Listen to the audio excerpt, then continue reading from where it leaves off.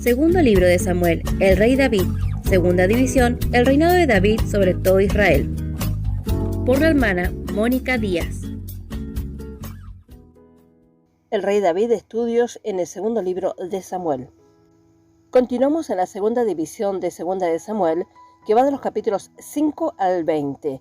En esta sección contemplamos el reinado de David sobre todo Israel y concluiremos nuestra lección anterior en el capítulo 12, la parte primera, y proseguiremos a la continuidad y desarrollo del capítulo 12 en su segunda parte. Tú eres el hombre, donde vemos a Dios obrando misericordia y la fidelidad de Dios. Así que en la continuidad de nuestro estudio vamos a concluir con el capítulo 12, la parte primera, donde estábamos considerando la reconvención de parte de Dios hacia el pecado de David y la expresión emitida por el profeta Natán en decir, tú eres el hombre. Y también vemos delineado a Dios obrando misericordia y la bien marcada fidelidad de Dios en hablarle por medio de una parábola, mostrándole a David de esta manera cómo puede levantarle luego de su reconocimiento y arrepentimiento de su pecado a una completa restauración. Él continuó su confesión y la oración en el Salmo 51, donde continúa diciendo, y leemos el Salmo 51, versos 6 al 19. Verso 6, y aquí tú amas la verdad de lo íntimo, y en lo secreto me has hecho comprender sabiduría. Verso 7, purifícame con hisopo, y seré limpio, lávame y seré más blanco que la nieve. Verso 8, hazme oír gozo y alegría, y se recrearán los huesos que has abatido. Verso 9, esconde tu rostro de mis pecados, y borra todas mis maldades. Verso 10, crea en mí, oh Dios, un corazón limpio y renueva un espíritu recto dentro de mí. Verso 11, no me eches de delante de ti y no quites de mí tu santo espíritu. Verso 12, vuélveme el gozo de tu salvación y espíritu noble me sustente. Verso 13, entonces enseñaré a los transgresores tus caminos y los pecadores se convertirán a ti. Verso 14, líbrame de homicidios, oh Dios, Dios de mi salvación, cantará mi lengua tu justicia. Verso 15, Señor, abre mis labios y publicará mi boca tu alabanza. Verso 16, porque no quieres sacrificio que yo lo daría, no quieres holocaustos. Verso 17, los sacrificios de Dios son el espíritu quebrantado. Al corazón contrito y humillado no despreciarás tú, oh Dios. Verso 18, haz bien con tu benevolencia a Sión, edifica los muros de Jerusalén. Verso 19, entonces te agradarán los sacrificios de justicia, el holocausto u ofrenda del todo quemada. Entonces ofrecerán becerros sobre tu altar. David había aprendido una lección más de la debilidad y la inestabilidad de la carne. Había sido formado en iniquidad y sabía que su justicia solo debe venir de Dios. Estamos seguros de que David era un hombre distinto ahora de lo que había sido antes. Hubo crecimiento. Había ido a través de las aguas turbulentas y claro está cómo debió haber sufrido ese largo año. Él deseaba la victoria, pero no sabía cómo obtenerla. La palabra de Dios tuvo que ser llevada a su corazón, tuvo que tocarle profundamente antes de que pudiera experimentar de nuevo el gozo maravilloso del Señor. Su experiencia puede ayudarnos en momentos de necesidad para comprender lo doloroso que es declinar a la carne. Y si hemos pecado de tal manera que hemos quebrantado el corazón de nuestro Dios, que tengamos la misma actitud de David como él manifiesta, de humildad y de arrepentimiento verdadero. David estaba completamente descubierto, pero Dios lo llevó a la victoria. Nunca es demasiado profundo el fracaso en la vida del Hijo de Dios que la palabra de Dios no lo pueda sacar. La experiencia de David puede traer esperanza a todo el que pueda sentir que ya no hay más caso para con su fracaso. Dios perdonó a David y le perdonó la vida. Sin embargo, David tuvo que aprender que hubo consecuencias de su pecado. Pues el fruto de esa unión Dios no aceptó, pues el niño murió. Segundo de Samuel capítulo 12, verso 14, se relaciona con Gálatas capítulo 6, versos 7 al 9. Dios perdonó a David, pero no aceptó el fruto de su pecado, porque era obra de la carne. Leemos la cita, Gálatas capítulo 6, versos 7 al 9. No os engañéis, Dios no puede ser burlado, pues todo lo que el hombre sembrare, eso también segará. Verso 8, porque el que siembra para su carne, de la carne segará corrupción, mas el que siembra para el espíritu, del espíritu segará vida eterna. Verso 9, no nos cansemos pues de hacer bien, pues a su tiempo segaremos si no desmayamos. Ahora avanzaremos hacia el capítulo 12 en su segunda parte, donde vemos tú eres el hombre y Dios obrando misericordia y la fidelidad de Dios.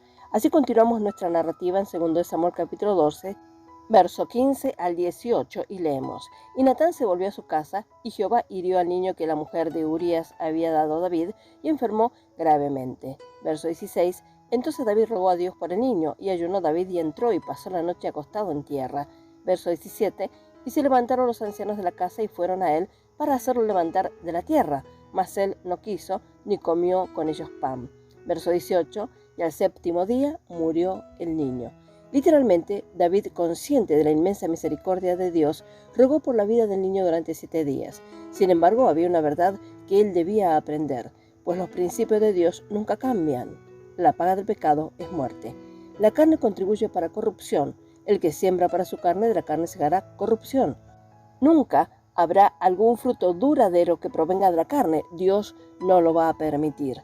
Mientras el niño de David estaba vivo, David no cesaba de llorar y llorar ante la presencia de Dios, pero cuando el niño hubo muerto se levantó y continuó como antes. Los criados no podían entender esta actitud. Lógicamente, en su pensar debía continuar el duelo, pero debemos entender algo. Cuando se juzga con Dios, no se llora la pérdida de la carne. Es como darse cuenta de la enseñanza de Pablo en Romanos capítulo 6, que estamos muertos al pecado pero vivos para Dios. Él se levantó del suelo a caminar en novedad de vida. Dios perdona a David, le levanta, le restaura, le muestra su misericordia, aunque la cicatriz del pecado quedó. Hallamos 4 pasos de restauración en la vida de David, hablando expresamente de su victoria. Note la redacción de 2 de Samuel capítulo 12, verso 20. Entonces David se levantó de la tierra y se lavó, y se ungió y cambió sus ropas, y entró a la casa de Jehová y adoró. Después vino a su casa y pidió, y le pusieron pan y comió. Vemos pasos concretos en la restauración de David a la comunión plena con el Señor. Primero, él se levantó desde el lugar de la humillación y de la suciedad. La muerte del Hijo es tipo del pecado juzgado, confesado y perdonado. Es el privilegio de los hijos de Dios de volver a levantarnos.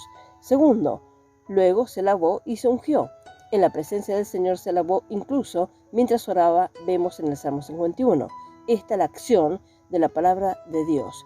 El agua es tipo de la palabra. Nos enseña la realidad de la limpieza por estar en un mundo contaminado y de la limpieza para la aptitud al servicio. Tercero, él se ungió, es decir, se rindió al poder y a la obra de convicción del Espíritu Santo en su interior. Cuarto, luego cambió su ropa, o tomó en sí prácticamente de la justicia de Cristo. Esto nos habla de los hábitos. El verdadero arrepentimiento produce una evidencia visible, dejando su ropa sucia, afirmando que no había ninguna bondad ni justicia propia a su beneficio. Para tener comunión con Dios es necesario cambiar las ropas sucias. Ustedes pueden leer Colosenses capítulo 3, verso 9 al 10. El resultado del arrepentimiento verdadero de David, luego vemos que él entró en la casa del Señor y adoró. Dios recibió su primera parte. David recordó al Señor antes de su alimento natural. Este es el camino que cada pecador tiene cuando por primera vez viene al Señor. Es también la experiencia del Hijo de Dios que ha fallado al Señor. Hermosa es la situación de David ahora. Antes, en sus manos estaba la sangre de Urías y no podía levantar las manos en adoración delante de Dios. Pero ahora que el pecado es confesado y perdonado, siente el beneficio del perdón. Entonces puede levantar las manos en adoración, gozando la comunión íntima con Dios. Dios no aceptó el primer hijo porque era fruto de la carne del pecado. A continuación se lee que nació Salomón, a quien el Señor amaba. Salomón significa pacífico o apacible. También es llamado Jedidías. Jedidías significa amado de Jehová. Esto nos enseña que aquí está el fruto del Espíritu manifestado. Cuando David fue en contra de la voluntad de Dios, sufrió terrible pérdida. Tan pronto como comenzó a rendirse de todo corazón a Dios, se dio cuenta del fruto espiritual.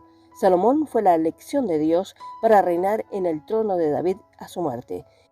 En esta lección hallamos un tipo maravilloso de la obra de la carne y el fruto del Espíritu, como se ve en Gálatas capítulo 5, versos 16 al 26. Podemos leer la continuidad de nuestro relato. Joab peleaba contra Rabá de los hijos de Amón y tomó la ciudad real. Verso 27, entonces envió Joab mensajeros a David diciendo: yo he puesto sitio a Rabá y he tomado la ciudad de las aguas. Verso 28, reúne pues ahora al pueblo que queda y acampa contra la ciudad y tómala, no sea que tome yo la ciudad y sea llamada de mi nombre. verso 29, y juntando David a todo el pueblo fue contra Rabá y combatió contra ella y la tomó. Verso 30, y quitó la corona de la cabeza de su rey, la cual pesaba un talento de oro y tenía piedras preciosas, y fue puesta sobre la cabeza de David y sacó muy grande botín de la ciudad. Verso 31, sacó además a la gente que estaba en ella y los puso a trabajar con sierras, con trillos de hierro y hachas de hierro, y además los hizo trabajar en los hornos de ladrillos, y lo mismo hizo a todas las ciudades de los hijos de Amón. Y volvió David con todo el pueblo a Jerusalén. Los versículos restantes de este capítulo hablan de la conquista de Rabá, una ciudad de los hijos de Amón. Joab, como vimos, representa la palabra y la voluntad de Dios. Joab era capitán del ejército de David, y nos llama la atención de cómo él hace llamar a David para que tome su lugar.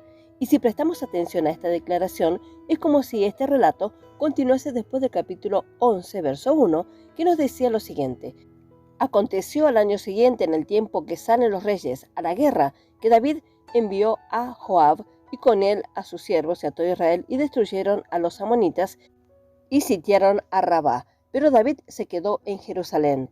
Joab peleaba contra Rabá de los hijos de Amón y tomó la ciudad real. Y la anexamos con 2 de Samuel capítulo 12, verso 27 al 29. Entonces envió Joab mensajeros a David diciendo: Yo he puesto sitio a Rabá y he tomado la ciudad de las aguas. Verso 28. Reúne pues ahora al pueblo que queda y acampa contra la ciudad y tómala, no sea que tome yo la ciudad y sea llamada de mi nombre. Verso 29. Y juntando David a todo el pueblo fue contra Rabá y combatió contra ella y la tomó. Es como si el fracaso de David estuviera en un intervalo y comenzase nuevamente desde el punto de partida, levantándose en victoria y continuando de esta manera, tomando el lugar de victoria sobre todas las cosas. Espiritualmente, vemos la importancia de Joab. Así la palabra de Dios tiene el poder suficiente para poseer todas las cosas, y es ella la que nos guía a la victoria. Vemos nuevamente a David venciendo, tomando el lugar de los vencedores. Los amonitas representan a la carne religiosa, que siempre están en enemistad con los hijos de Israel. Ahora que David estaba caminando en el espíritu, había juzgado su carne y la carne religiosa, él podía conquistar a los amonitas. Él tomó la corona del rey y la llevaba él mismo. Esto es lo que el nuevo hombre hace cuando toma su lugar con Cristo. Reina sobre el pecado, la carne, el mundo y Satanás. Estos amonitas tenían que servir a los hijos de Israel. Nos habla que nosotros debemos subyugar la carne y presentar también nuestros miembros como instrumentos de justicia. Típicamente, esto es bellamente ilustrado aquí. Este es también un tipo de Cristo que descendió en el territorio de sus enemigos al mundo y tomó la forma de ser humano. 2 Corintios capítulo 5, verso 21. Al que no conoció pecado, por nosotros lo hizo pecado, para que nosotros fuésemos hechos justicia de Dios en él. Cuando él murió, hirió la cabeza de Satanás y le ha quitado el poder sobre los hombres. Tomó el dominio de Satanás y dio la victoria a su pueblo. El Señor lleva la corona de vencedor. Él es el vencedor. Primera de Juan capítulo 3, verso 8, la segunda parte nos dice: Para esto apareció el Hijo de Dios, para deshacer las obras del diablo. Vamos a rendirnos completamente a Cristo, habrá victoria y paz permanente. Y si no lo hacemos, como es común al hombre y fracasamos, podemos saber el camino de la restauración y el gozo. El pecado de David se ha registrado para nuestro beneficio. Podemos sacar provecho de su experiencia y aprender que el perdón ha de venir del Señor siempre. Gracias a la palabra de gracia que nos hace ver nuestra condición, de que no hay fracaso tan grande que Dios no pueda perdonar si venimos a Él en arrepentimiento verdadero y genuino, sobre la base del sacrificio perfecto de nuestro Señor Jesucristo. Gracias a Dios por su don inefable. Él los bendiga ricamente a cada uno. Amén.